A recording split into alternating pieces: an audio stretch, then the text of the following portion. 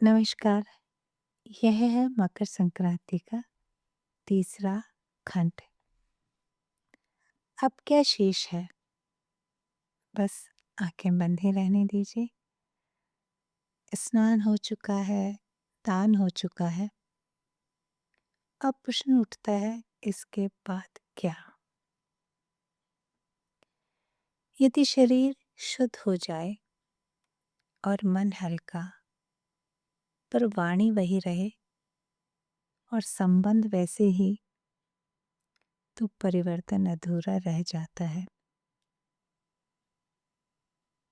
संकल्प भीतर की दशा, संकल्प भीतर की दिशा तय करना। वेदों में संकल्प को कहा गया ऋतम। वेदों में संकल्प को कहा गया ऋतम, अर्थात सत्य की ओर झुकी हुई इच्छा।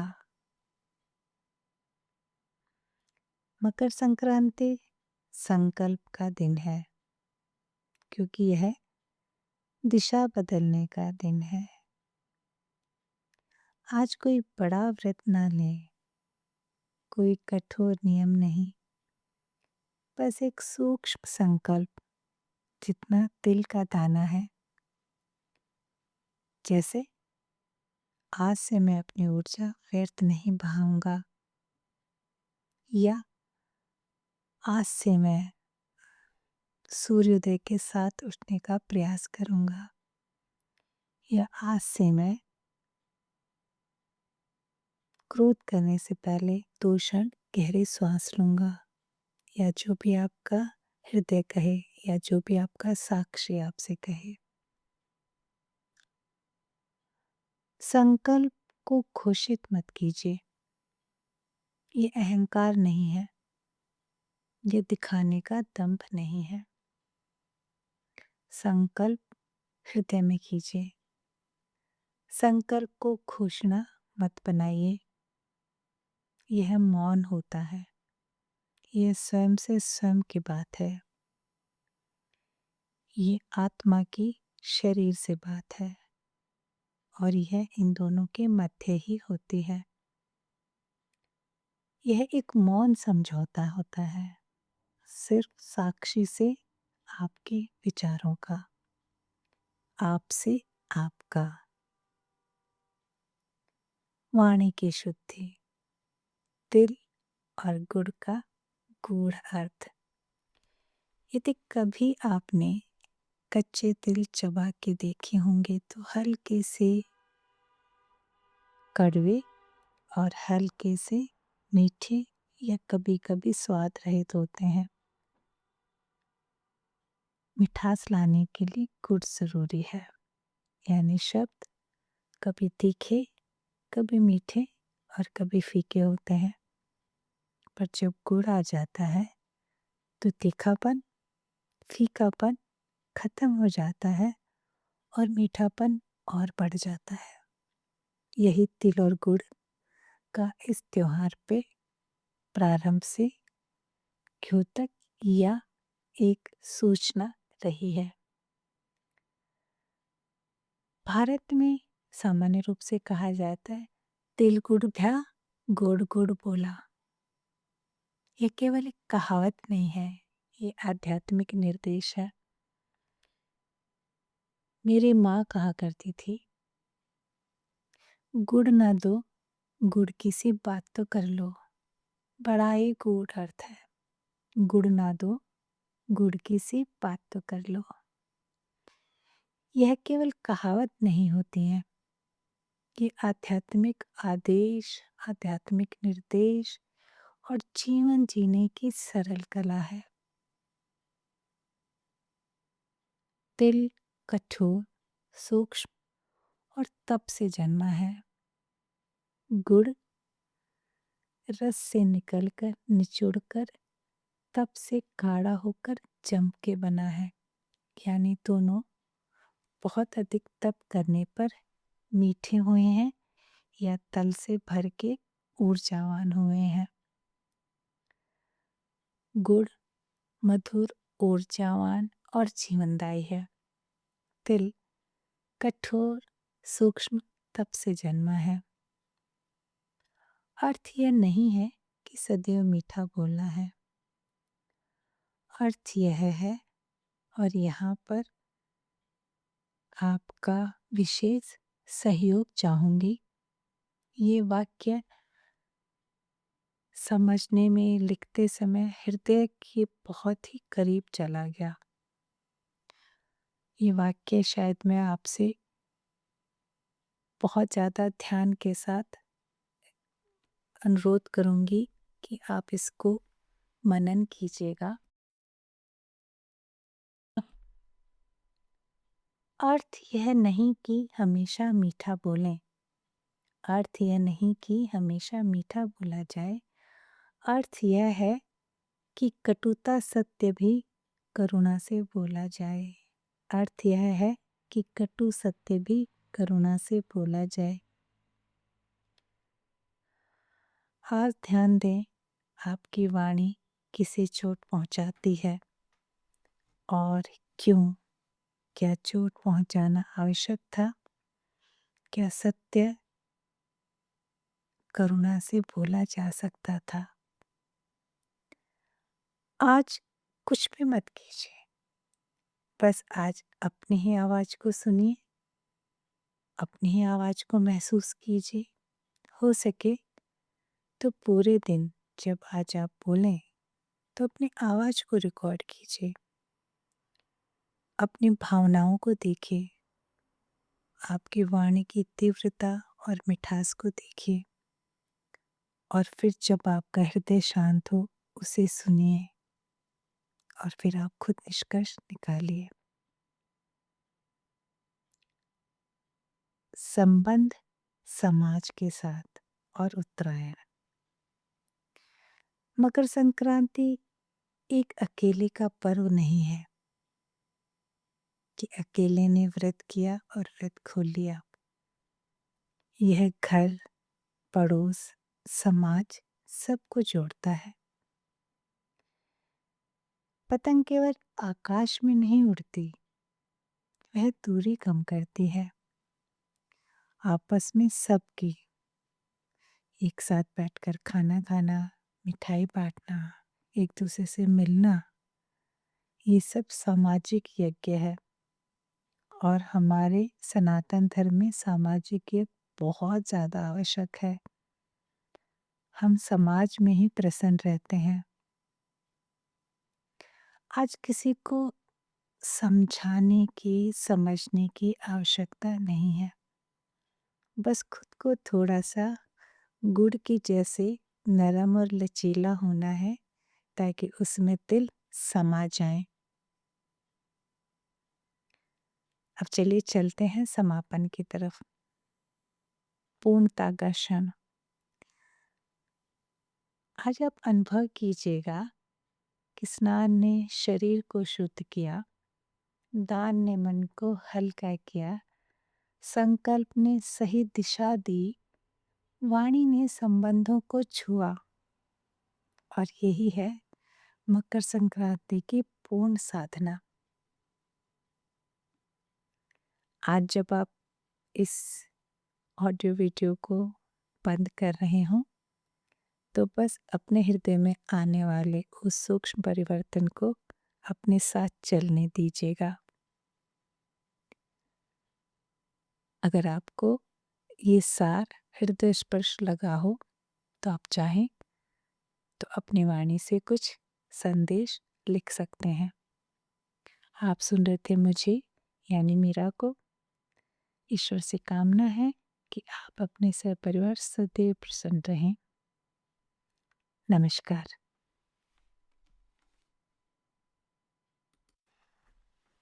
नमस्कार।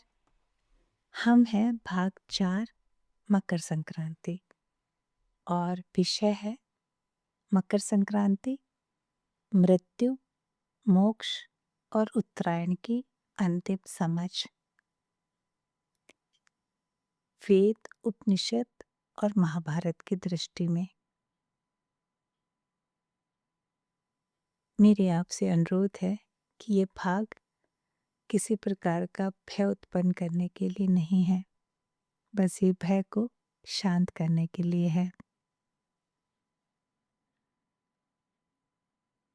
आंखें बंद रहें या खुली रहें, श्वास जैसा चल रहा है वैसा चलने दीजिए।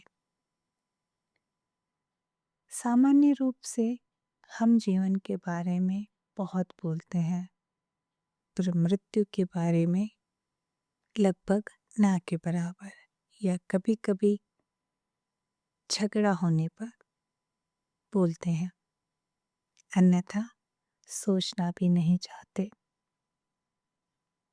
पर फिर भी हमारी हर आती जाती श्वास उसी दिशा में आगे बढ़ रही है। आज मृत्यु को समझने के लिए नहीं, उससे मित्रता करने के लिए हम आए हैं। वेदों में मृत्यु अंत नहीं है, परिवर्तन है, और ये बहुत ही गूढ़ है। वेदों में मृत्यु को परिवर्तन कहा गया है।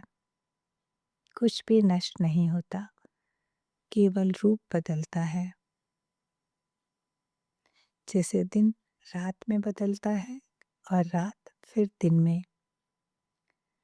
मकर संक्रांति याद दिलाती है, हर अंत अपने भीतर एक दिशा परिवर्तन छुपाए हुए है। देवयान और पितृयान, दो मार्ग। शास्त्रों में कहा गया, मृत्यु के बाद चेतना एक मार्ग चुनती है। एक मार्ग पितृयान, जहाँ स्मृति है, पुनरावृत्ति है, फिर जन्म है। दूसरा मार्ग देवयान, जहाँ इच्छा धीमी पड़ जाती है और खोज शांत हो जाती है। उत्तरायण देवयान का सबसे उचित समय माना गया है। इसीलिए भीष्म पितामह ने उत्तरायण के दिन तक का इंतजार किया था। इसका अर्थ यह नहीं कि उत्तरायण में देह त्याग करनी चाहिए। इसका तात्पर्य यह है, उत्तरायण की चेतना में जीना चाहिए। भीष्म पितामह, सही समय की प्रतीक्षा।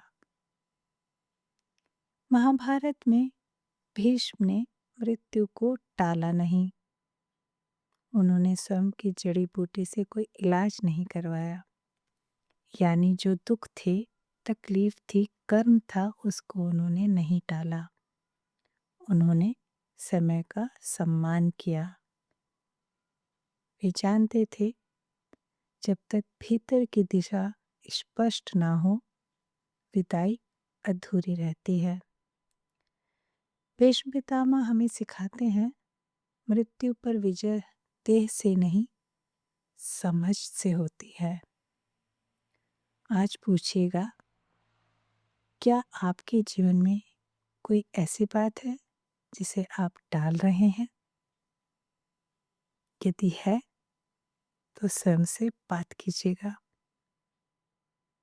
मोक्ष कहीं जाना नहीं, मोक्ष किसी लोक में पहुंचना नहीं है। मोक्ष है अब और कुछ बनने की आवश्यकता ना रहना। जब भीतर कोई प्रश्न नहीं बचता, कोई शिकायत नहीं बचती, कोई मांग नहीं है, कोई आशा नहीं है, और यही क्षण उत्तरायण है। मोक्ष मृत्यु के बाद नहीं, भय के बाद आता है। चलिए अब इस भाग के समापन की तरफ। मृत्यु से परे शांति। अब कुछ क्षण अपने जीवन को प्रारंभ से देखिए, बिना सुधार के, बिना पछतावे के। यदि आज यही अंतिम दिन हो, तो क्या कुछ अधूरा लगता है? बस वह अधूरा पूरा करना है। बस स्वीकार कीजिए कि वह अधूरा है। अब जब आप आँखें खोलें तो मृत्यु को पीछे ना रखिएगा, उसे अपने साथ चलने दीजिए, क्योंकि जब हम मृत्यु को समझ लेते हैं, वही जीवन में हम गहराई से जीना सीख जाते हैं। चलिए, इस भाग को हम यहीं विराम देते हैं। आप सुन रहे थे मुझे, यानी मीरा को, और ईश्वर से कामना है आप सब परिवार सकुशल सदैव रहें। नमस्कार, ये भाग 5 है और मकर संक्रांति पे अंतिम है। आधुनिक जीवन में उत्तरायण कैसे जिएं?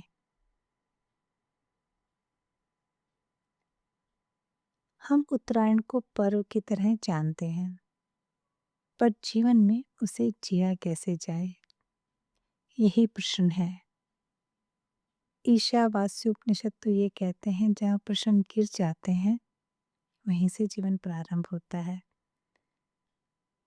आज हम कोई नियम नहीं जानते हैं, आज केवल दिशा देखेंगे।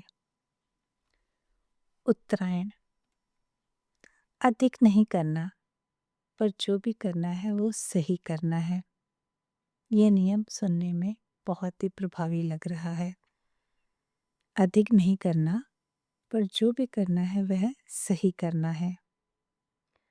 उत्तरायण का अर्थ है तेज होना सामान्य रूप से, पर वास्तव में उत्तरायण का अर्थ है तेज गति नहीं होना।